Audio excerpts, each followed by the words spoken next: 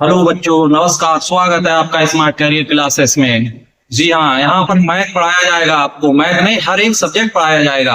आज हमारा यूट्यूब पर फर्स्ट वीडियो है, हालांकि इसका ट्रायल पहले ही अपलोड कर चुके हैं 2 मिनट का। नंबर सिस्टम का ट्रायल जो है आज यूट्यूब पर फर्स्ट वीडियो है।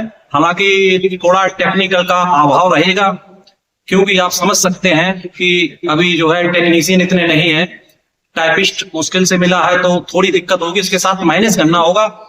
शिक्षा के साथ कोई मैनेजमेंट नहीं, शिक्षा के साथ कोई दिक्कत आपको नहीं होगी। पढ़ाई में, कंसेप्ट में प्योरली और क्लियरिटी दोनों होंगे। समझ रहे आप? अगर आप साथ जुड़े रहेंगे तो हर एक चीज आपको यहाँ पढ़ाई जाएगी। सब सब्जेक्ट पढ़ाए जाएंगे, जीएस, रीजनिंग, मैथ तो स्वयं हम पढ़ाएंगे। फयाज सर जो है मैथ, कोई दिक्कत नहीं होगी। जैसा कि आप देख पा रहे होंगे नंबर सिस्टम, ठीक है। तो हम आप सबसे पहले बता दें कि नंबर सिस्टम में हम आज क्या पढ़ेंगे। ठीक है, आज हम आपको बताएंगे नंबर सिस्टम में हम क्या और कैसे पढ़ेंगे। ठीक है, आइए सबसे पहले हम क्लासिफिकेशन ऑफ नंबर, ठीक है, ये चीज पढ़ेंगे। इसके बाद वास्तविक संख्याओं का क्लासिफिकेशन, है ना। इसके बाद परिमेय संख्याओं का क्लासिफिकेशन, इसके बाद डेसिमल, इसके बाद इंटीजर, इसके बाद प्राकृतिक संख्या, नेचुरल नंबर का क्लासिफिकेशन हम पढ़ेंगे। हालांकि हम शुरुआत यहीं से करेंगे, उसके पीछे रीजन है।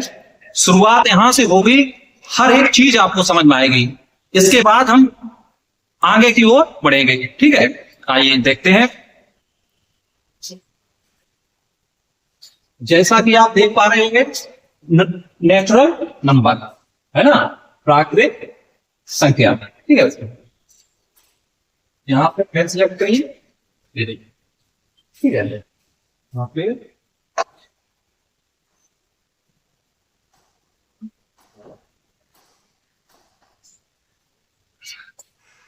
क्लासिफिकेशन ऑफ नेचुरल नंबर, ठीक है।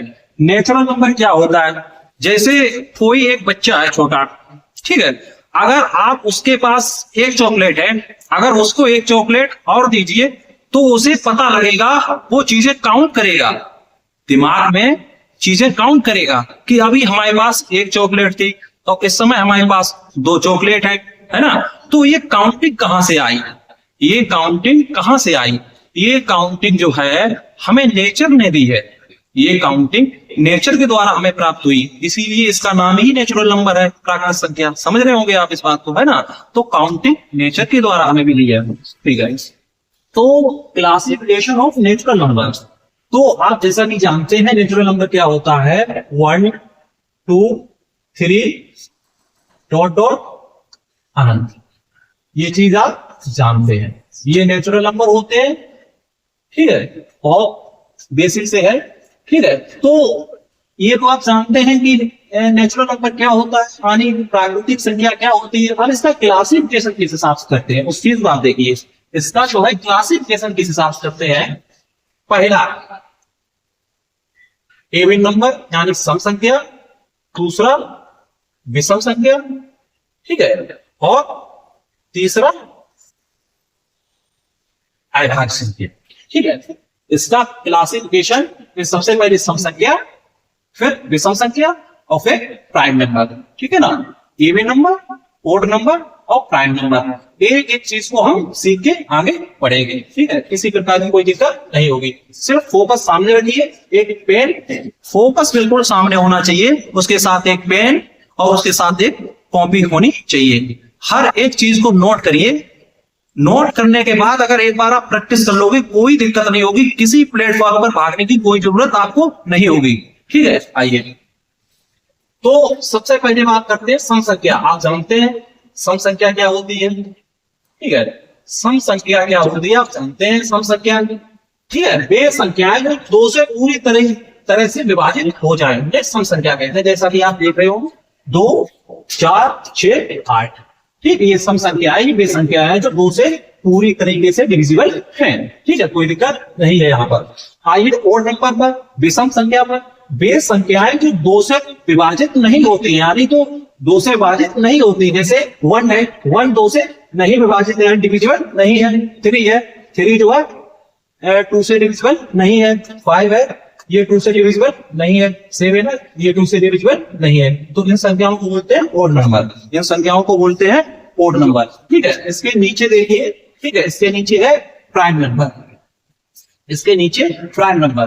तो प्राइम नंबर क्या होता है बेटा, जैसे कि आप देख रहे होंगे प्राइम नंबर क्या होता है, प्राइम नंबर के बारे में आप देख रहे हो अभाज्य संख्या है, हालांकि वे संख्याएं जिनके केवल 2 गुणनखंड यानी 2 फैक्टर हो। कितने फैक्टर हो? 2 फैक्टर होने चाहिए, इस बात को आप समझिए, इसके ओनली 2 फैक्टर होने चाहिए। कितने फैक्टर होने चाहिए? 2 फैक्टर। ठीक है, 2 से ज्यादा अगर फैक्टर हुए वो संख्या प्राइम नंबर नहीं होगी। ठीक है, जैसे कोई पूछे आपसे सबसे छोटी प्राइम नंबर, सबसे छोटा प्राइम नंबर क्या है, तो आप जवाब देंगे उसको सर सबसे छोटा प्राइम नंबर 2 है। ठीक है, आप 2 के आप फैक्टर करेंगे तो 2 जो है वो 2 से डिविजिबल है और 1 से डिविजिबल है, यानी वे संख्याएं जो स्वयं के अलावा 1 से डिविजिबल हो, वे संख्याएं जो स्वयं के अलावा 1 से डिविजिबल हो, वेरी सिंपल, यानी 2 और 1, यानी ऐसे ही कह सकते हैं। इसके कितने फैक्टर हुए? 2। इसके फैक्टर यानी गुणनखंड कितने हुए? 2। ठीक है, हालांकि 1 और 2 इस बात को समझिए। यहां पर बच्चों आप देखने की कोशिश करिए, जैसे वे संख्याएं जिनके केवल 2 गुणनखंड हो, इसमें ये जो ये टाइपिस्ट की थोड़ी गलती है। ठीक है, यहां पर और ये जो है उसने कहीं दूसरी जगह से सिलेक्ट लगा दिया, यहां पर 2 और 3 और बेटा 5। ठीक है, इस प्रकार ये वे संख्याएं हैं जिनके ओनली 2 फैक्टर होंगे, या ऐसे भी हम कह सकते हैं वे संख्याएं जो केवल स्वयं से और उसके अलावा 1 से डिविजिबल हो। ठीक, इन संख्याओं को बेटा बोलते हैं प्राइम नंबर। ठीक है, प्राइम नंबर वेरी सिंपल। ठीक है, नेक्स्ट स्लाइड पर चलते हैं, इसका स्क्रीनशॉट लीजिए। स्लाइड नेक्स्ट चलते हैं। ठीक है, देखिए इसके बाद आता है बेटा कंपोजिट नंबर, इसके बाद आता है कंपोजिट नंबर। देखिए कंपोजिट नंबर आप जानते होंगे, इसके बाद कंपोजिट नंबर। ठीक है, तो कंपोजिट नंबर जो है बेटा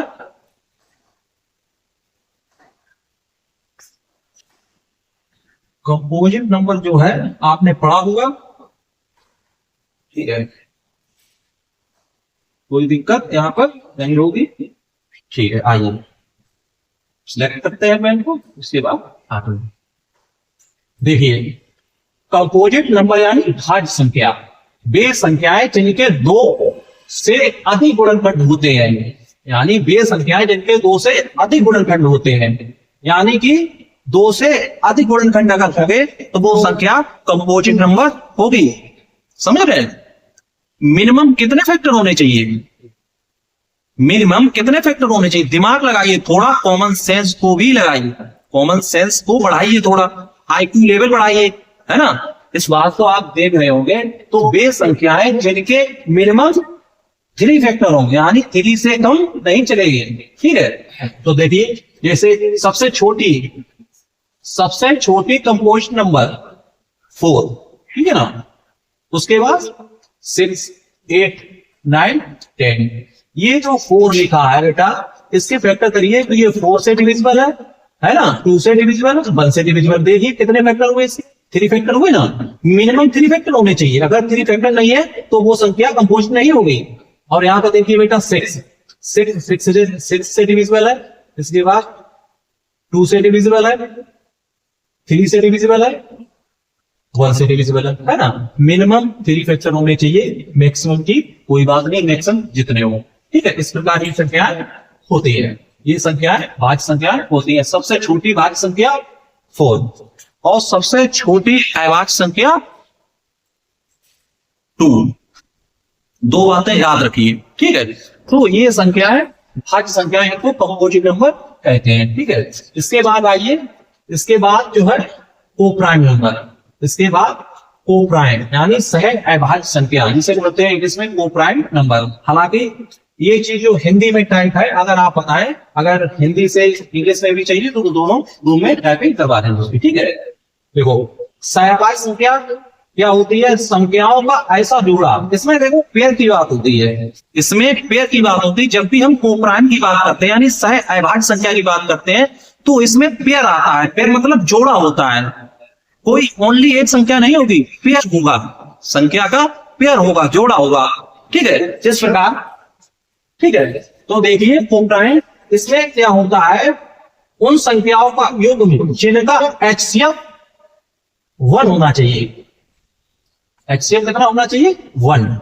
HCF 1 हो, HCF 1 होना चाहिए, युग्म होना चाहिए। एग्जाम्पल देखिए, जैसे एग्जाम्पल हम लेते हैं 2 3, तो हम 2 और 3 का अगर HCF निकालते हैं, ठीक है, इसका अगर HCF निकालते हैं तो 2 बन जा 2, ये 2 के फैक्टर हुए, 3 के करेंगे 3 बन जा 3।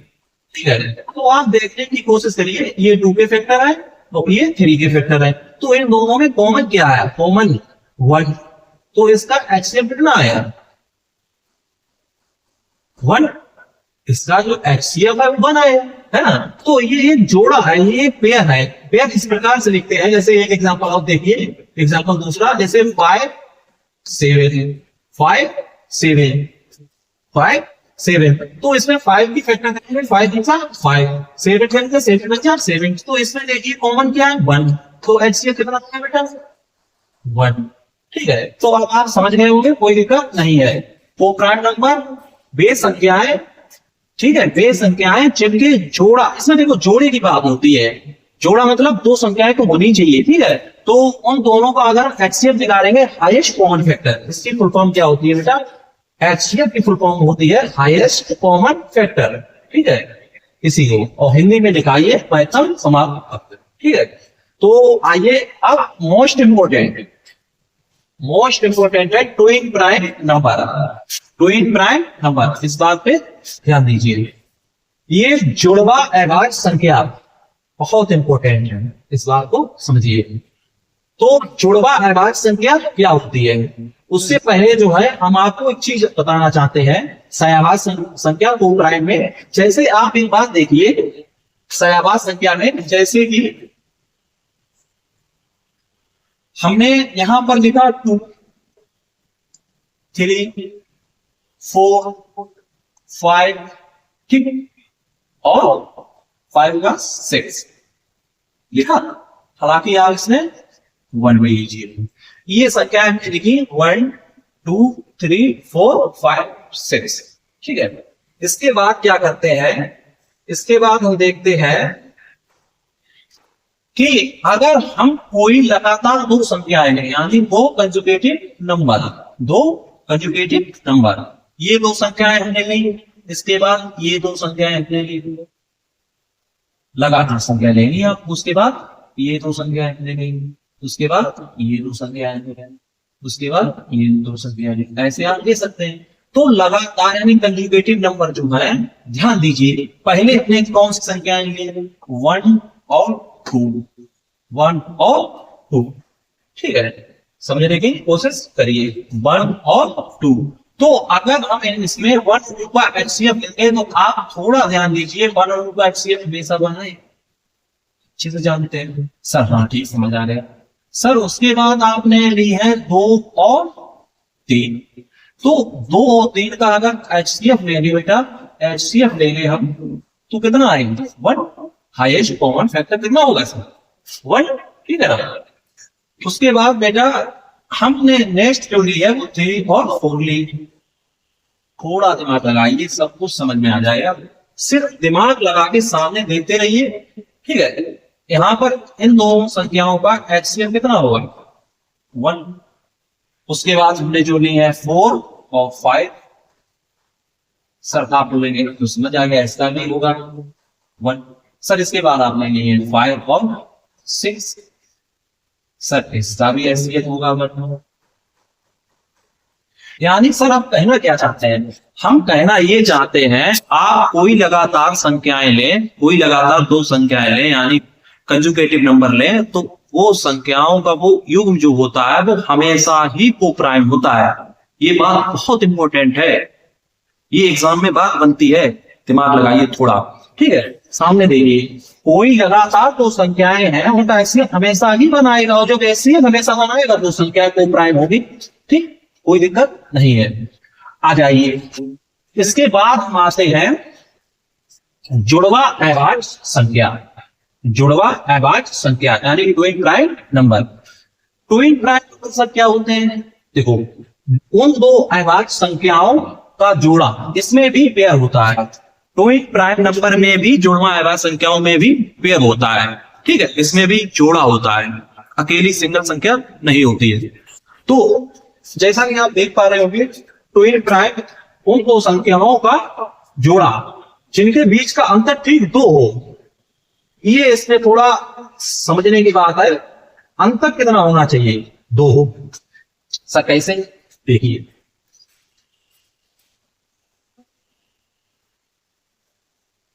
ठीक है, इसके बारे में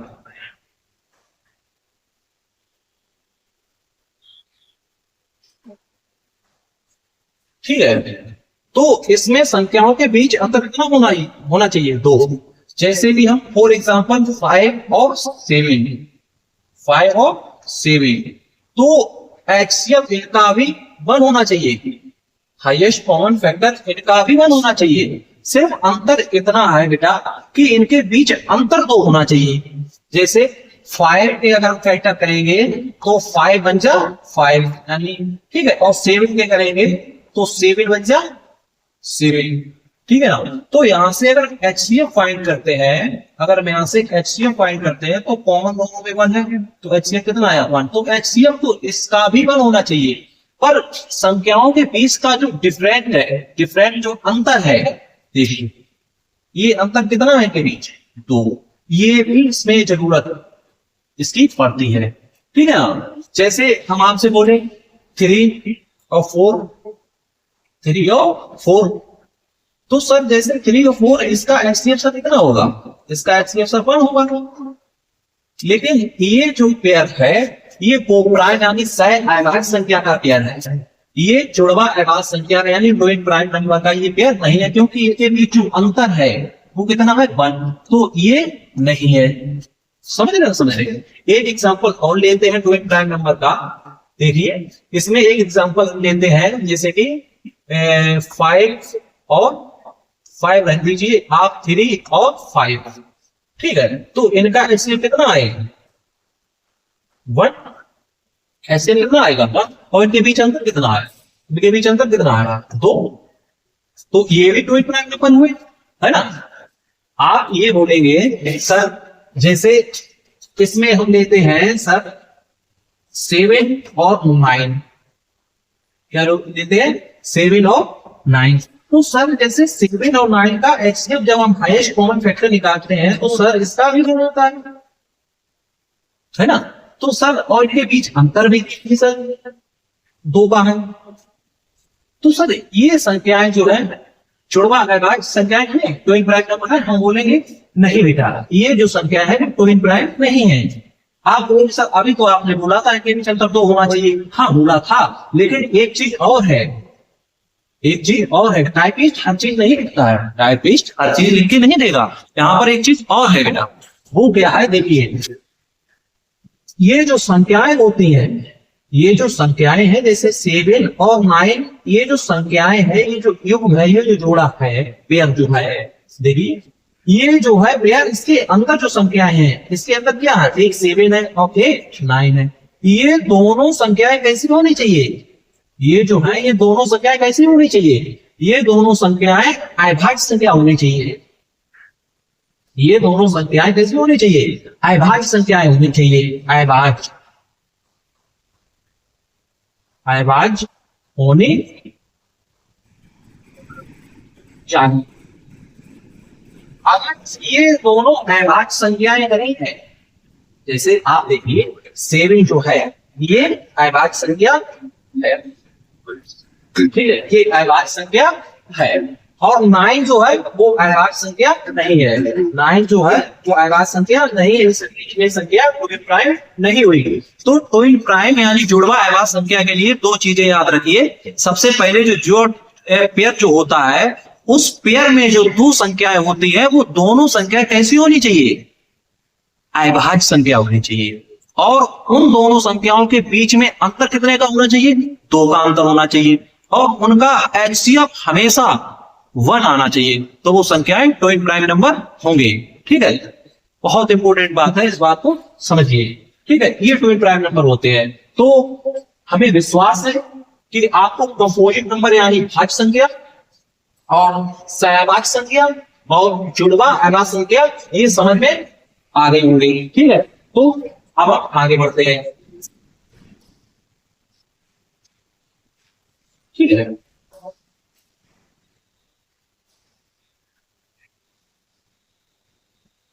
ठीक है, अब चलते हैं नेक्स्ट स्लाइड पर। ठीक है बेटा,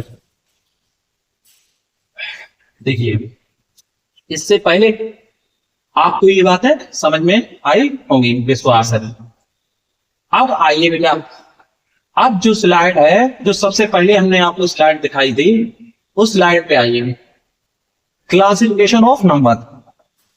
अब जो है क्लासिफिकेशन ऑफ नंबर, अब हमने क्लासिफिकेशन ऑफ नंबर की स्लाइड निकाली है, उसके पीछे कुछ रीजन है, वो अभी आपको समय के साथ सब समझ में आएगा कि सर ने ऐसा क्यों किया। सिर्फ देखते रहिए सामने। क्लासिफिकेशन ऑफ जो नंबर है, इसमें नंबर को आप समझ रहे हैं, नंबर हम आपको बता चुके हैं नंबर क्या होता है। ठीक है, ये 2 प्रकार का होता है, एक वास्तविक संख्या और एक काल्पनिक संख्या, यानी रियल नंबर और काल्पनिक मतलब इमेजिनरी नंबर।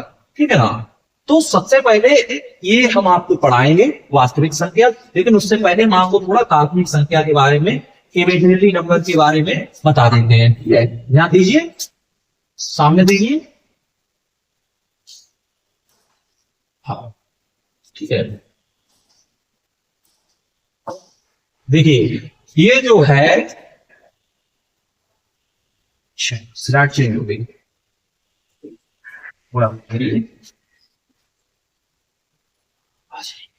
ठीक है, अब यहां से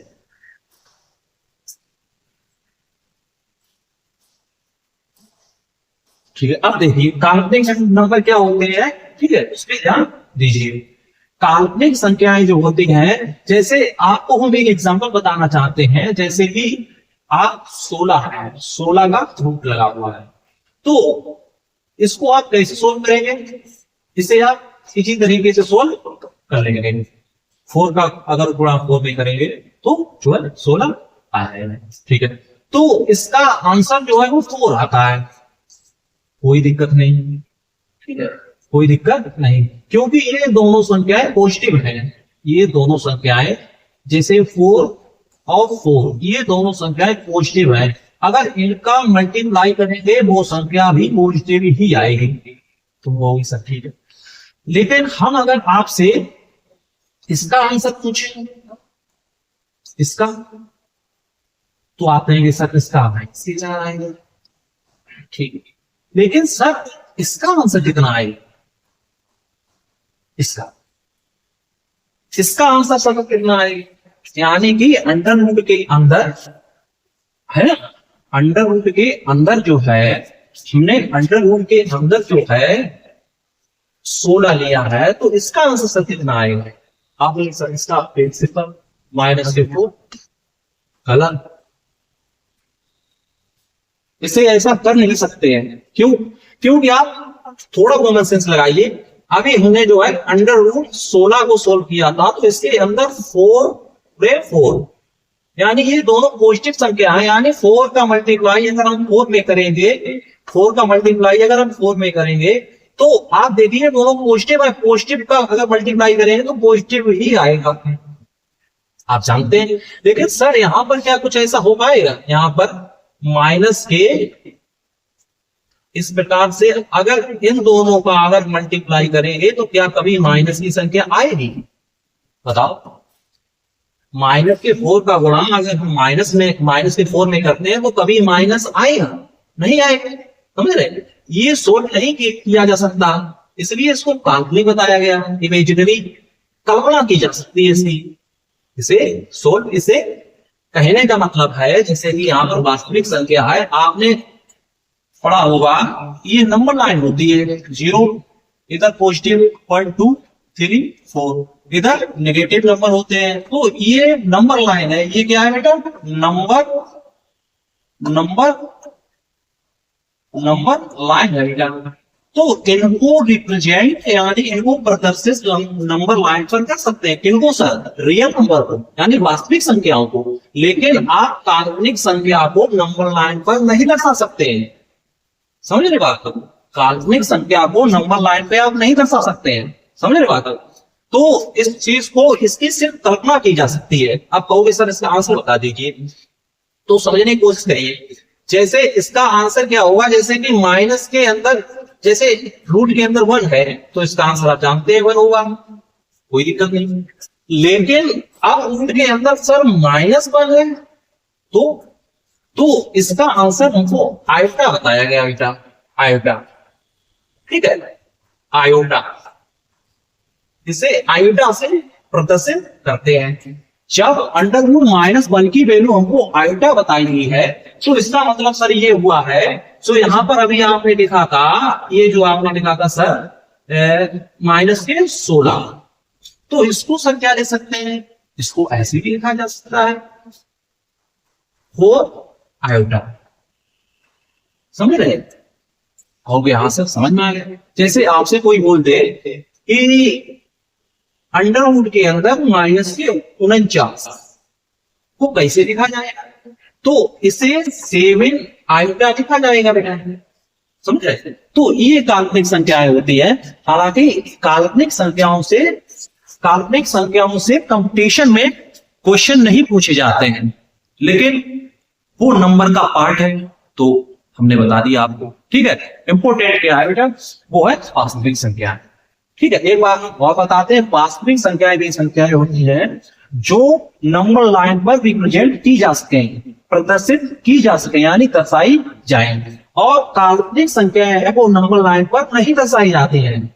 समझ रहे? काल्पनिक संख्याएं जो है वो नंबर लाइन पर नहीं दर्शाई जाएगी, काल्पनिक। ठीक है, ये नंबर लाइन पर नहीं दर्शाई जाएगी। समझ रहे? तो हाँ, इतना ही अंदर होता है बेटा वास्तविक संख्या और काल्पनिक संख्या में। ठीक है, आगे बढ़ते हैं।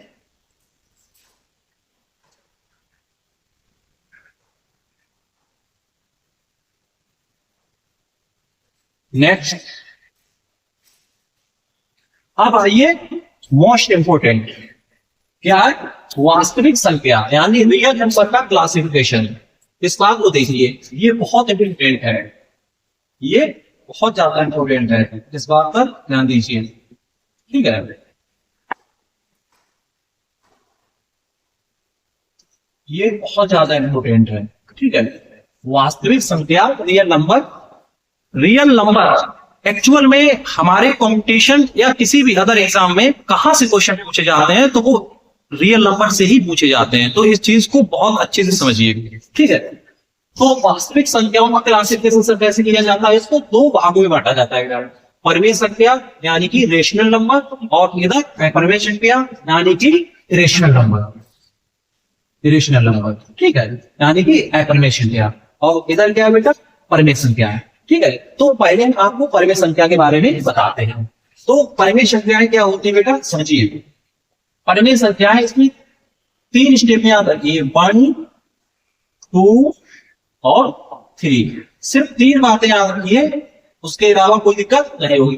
वे संख्याएं जो वटे के रूप यानी अपोन में लिखी जा सके, वे संख्याएं जो a बटे ये फॉर्म होनी चाहिए, ये क्या होनी चाहिए, फॉर्म, इस फॉर्म में लिखी जाए।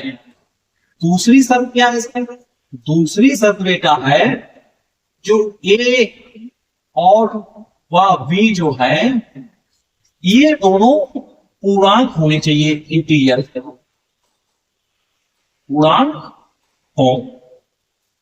और सर तीसरी शर्त क्या है, पहली शर्त है ए बी की फॉर्म होनी चाहिए यानी बटे में लिखी जा सके, और सर दूसरी है ए व बी पूर्णांक होने चाहिए, और तीसरी शर्त है यानी कि v नॉट इक्वल 0, यानी हर जो है वो 0 नहीं होना चाहिए, हर जो है वो 0 नहीं होना चाहिए। समझ रहे, यानी डिनोमिनेटर 0 नहीं होना चाहिए। अगर डिनोमिनेटर 0 हुआ तो वो संख्या नहीं होगी। तो ये 3 बातें आपको याद रखनी होगी, फर्स्ट, सेकंड और थर्ड। एक बार और बताते हैं, आपको रिपीट कराते हैं। ए बी की फॉर्म होनी चाहिए, यानी बटे में लिखे जाने चाहिए। दूसरा, ए व बी पूर्णांक होने चाहिए। और तीसरी कंडीशन है बी नॉट इक्वल जीरो, यानी हर जीरो नहीं होना चाहिए। समझ रहे आप? ऐसा कैसे? देखिए, जैसे हम आपको बताएं, आपसे हम एक संख्या दें 2/3, तो इसमें आप देखिए, संचित करिए, ए बी की फॉर्म है, ए बी की फॉर्म है, ये ए और ये बी। हाँ सर, ए बी की फॉर्म है। दूसरी कंडीशन चेक करिए, दोनों पूर्णांक है। हाँ सर, 2 और 3 दोनों पूर्णांक है सर। अच्छा, अब देखिए नीचे जीरो तो नहीं है। नहीं सर, नीचे जीरो नहीं, तो ये संख्या रेशनल नंबर हो गई। कोई दिक्कत नहीं सर।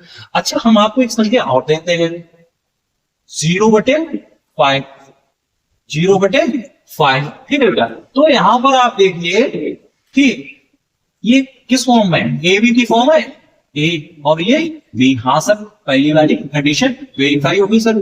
ठीक है, अब आप दूसरी कंडीशन देखिए, ए व बी यानी दोनों पूर्णांक है। हाँ सर, 0 पूर्णांक होता है, जानते हैं सर। 5 पूर्णांक होता है, ये भी जानते हैं, तो दोनों पूर्णांक है। दूसरी वाली कंडीशन वेरीफाई होगी। अच्छा, तीसरी चेक करिए, नीचे जीरो तो नहीं, नीचे यानी हर जीरो तो नहीं, डिनोमिनेटर जीरो तो नहीं है सर, तो ये भी संख्या रेशनल होगी। समझ गए? ठीक है सर। अब आप देखिए एग्जांपल तीसरा, इसको हम उल्टा करके लिखते हैं, 5/0। इसको हमने उल्टा करके लिखा 5/0। अब आप बताइए ये संख्या रेशनल है या नहीं है? तो सर बोलेंगे कि चेक करते हैं। तो देखिए, सबसे पहले ए बी की फॉर्म होनी चाहिए, ए और बी। हाँ सर, ए बी की फॉर्म हमने लिखा, ए बी की फॉर्म होनी चाहिए, कंडीशन फर्स्ट वेरीफाई होनी चाहिए। हाँ सर, ए बी की फॉर्म है, कोई दिक्कत नहीं है।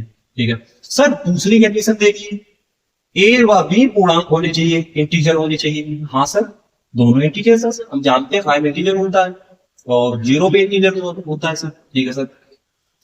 सर तीसरी कंडीशन चेक करिए, हाँ 0 नहीं होना चाहिए सर, यहाँ तो 0, ये तो सर हमें पहचान, ये संख्या परमेय नहीं है, ये संख्या परमेय नहीं है। जिसके नीचे 0 हो वो संख्या परमेय नहीं होगी, ये बात दे लो, दिमाग दोनों जगह बैठा लीजिए। ठीक है, हाँ, तो ये संख्या होती, जैसे हम आपसे बोले 1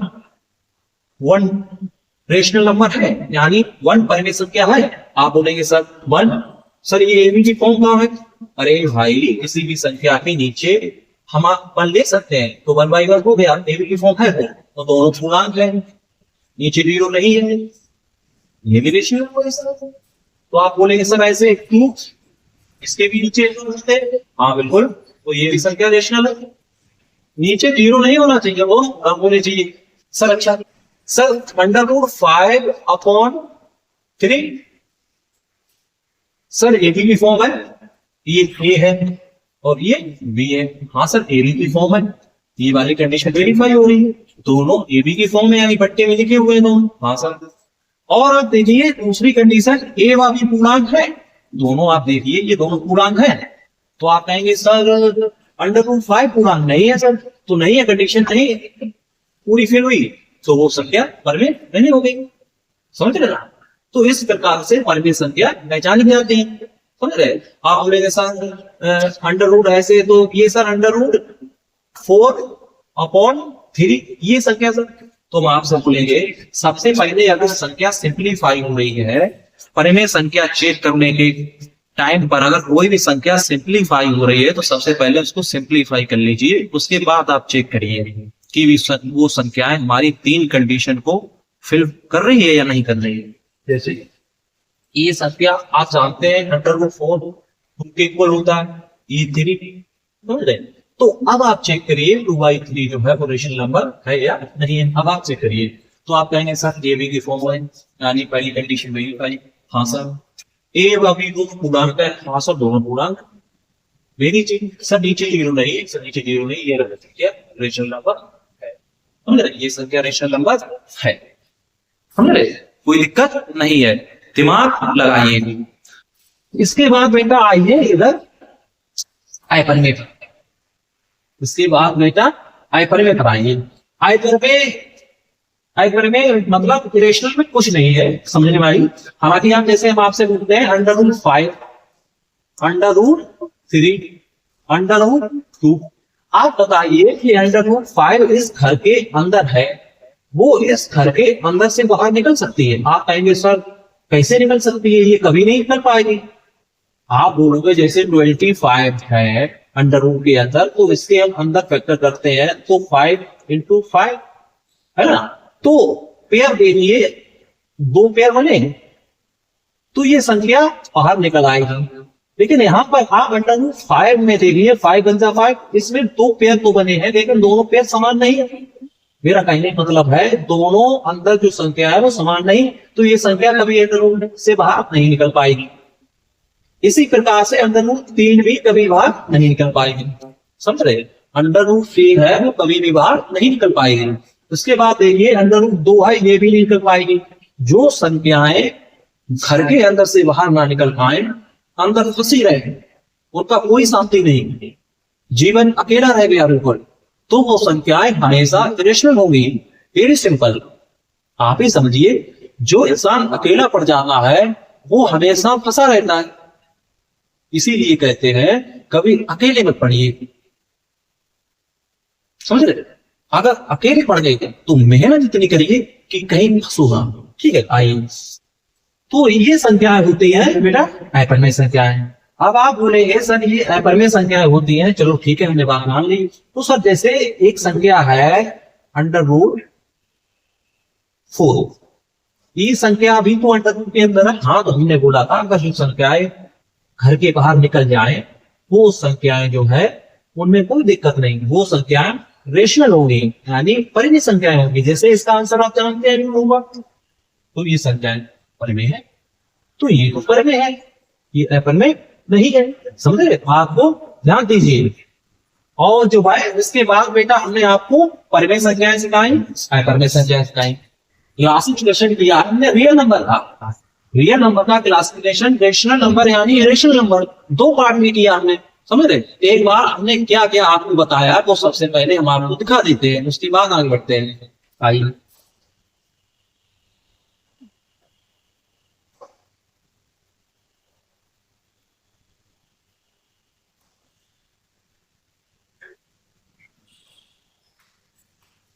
देखिए शुरुआत कहां से हुई थी उस बात को देखिए, यहां से क्लासिफिकेशन ऑफ नेचुरल नंबर। हमने सबसे पहले आपको सम संख्या बताई, जो संख्या 2 से पूरी तरीके से विभाजित होती है, और हमने फिर आपको ओड नंबर बताया। ओड नंबर मतलब जो संख्या 2 से डिविजिबल ना हो, समझ रहे? 2 से डिविजिबल ना हो। फिर हमने आपको प्राइम नंबर बताए, एक संख्या जिनके 2 फैक्टर होने चाहिए, 2 से अधिक फैक्टर हुए वो प्राइम नहीं होंगे, यानी अविभाज्य संख्या नहीं होंगी, 2 फैक्टर होने चाहिए। इसके बाद हमने आपको कंपोजिट नंबर यानी भाज्य संख्याएं बताई। भाज्य संख्याएं मिनिमम 3 फैक्टर होने चाहिए, कम से कम 3 फैक्टर होने चाहिए, उससे कम नहीं चलेंगे।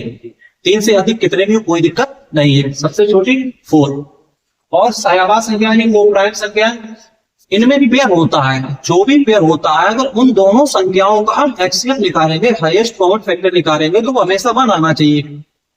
और 2 कंजुगेटिव नंबर हमेशा ही किसका पेयर होता है? वो प्राइम का, अभी हमने आपको बताया। इसके बाद जुड़वा अविभाज्य संख्या ट्विन प्राइम नंबर, उन 2 अविभाज्य संख्या, इसमें क्या होता है, जुड़वा में क्या होता है, इसमें भी पेयर होता है, इसमें ट्विन प्राइम नंबर में भी पेयर होता है संख्याओं का, और उन पेयर का एचसीएफ 1 होना चाहिए। लिखिए इस बात को लिखिए, एचसीएफ कितना होना चाहिए? 1। और उन दोनों संख्याओं के बीच अंतर 2 का होना चाहिए।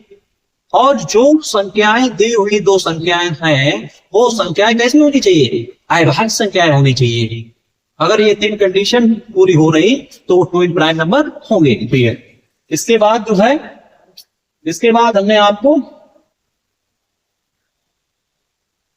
नंबर के बारे में बताया, नंबर के बारे में बताया जैसे रियल नंबर वास्तविक संख्या। इसके बाद हमने आपको काल्पनिक संख्या बताई, है ना, काल्पनिक संख्या है जिनकी कल्पना की जाती है, जिसमें आयोटा लगता है, समझ रहे? और रियल नंबर हमने आपको बताई जो संख्या है नंबर लाइन पर रिप्रेजेंट की जा सके, नंबर लाइन पे रिप्रेजेंट की जा सके, दर्शाई जा सके, वो संख्या रियल होती हैं। और जो संख्याएं नंबर लाइन पे नहीं दर्शाई जाती है वो संख्या काल्पनिक होती है, इनमें आइटा लगता है।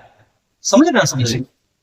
इसके बाद हमने आपको बताया है वास्तविक संख्या का क्लासिफिकेशन, यानी वास्तविक संख्या का वो दो प्रकार से बांटा गया है। एक देखिए परिमेय यानी रेशनल, एक देखी जाए परिमेय। परिमेय संख्या हमने आपको 3 कंडीशनें बताई। ए बी की फॉर्म होनी चाहिए, यानी अपॉन की फॉर्म होनी चाहिए, और दोनों पूर्णांक होने चाहिए, और हर जीरो नहीं होना चाहिए, यानी डिनोमिनेटर जीरो नहीं होना चाहिए। अगर ये 3 कंडीशनें पूरी हो रही तो वेरी सिंपल परिमेय संख्या। उसके बाद जो है हमने आपको इरेशनल नंबर बताए, जो संख्याएं घर के अंदर कैद रह जाए, बाहर निकल ना पाए अनेक कोशिश करने के बाद भी, तो वो संख्याएं क्या होंगी, परिमेय संख्या होगी, कोई दिक्कत नहीं है। ठीक है। इसके बाद हमने आपको परिमेय संख्या का यहाँ पर क्लासिफिकेशन रेशनल नंबर का है, इसे हम जो है नेक्स्ट क्लास में देखेंगे। उसका रीजन क्या है, हम मतलब अधिक लंबी वीडियो नहीं बना सकते हैं, टेक्निकल का अभाव है, हमारे पास इतनी टेक्निकल टीम नहीं है जो वीडियो को एडिटिंग करके जो है अपलोड कर पाए, जो है इसलिए थोड़ी वीडियो छोटी रहेगी। हालांकि समय के साथ वीडियो पूरी हो जाएगी। ठीक है, अभी वीडियो छोटी रखते हैं, और अपनी तैयारी को बेहतर बनाने के लिए इस चैनल को सब्सक्राइब कर लें, स्मार्ट कैरियर क्लासेस। ठीक है, स्मार्ट कैरियर क्लासेस। यहाँ पर आज नंबर सिस्टम हमने आपको उसके बारे में बेसिक चीजें बताई। ठीक है, यूट्यूब चैनल का नाम है स्मार्ट कैरियर क्लासेस। ठीक है, देखिए free on YouTube, class first class. ठीक है, 0 to हीरो, यानी इसमें आपको छोटी सी चीज से मतलब 0 से आपको उच्च लेवल पर लेके जाएंगे। ऐसी कोई चीज नहीं होगी जो यहाँ से छूटेगी।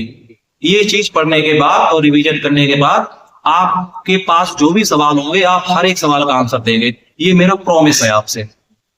आप इस चैनल को सब्सक्राइब कर लें, ये यूट्यूब पर फ्री ही चलेगा। ठीक है, स्मार्ट कैरियर क्लासेस, समझ रहे? हाँ, ठीक है। हम अब आपसे इजाजत चाहते हैं, नेक्स्ट वीडियो ठीक है अपलोड कर दी जाएगी। ओके।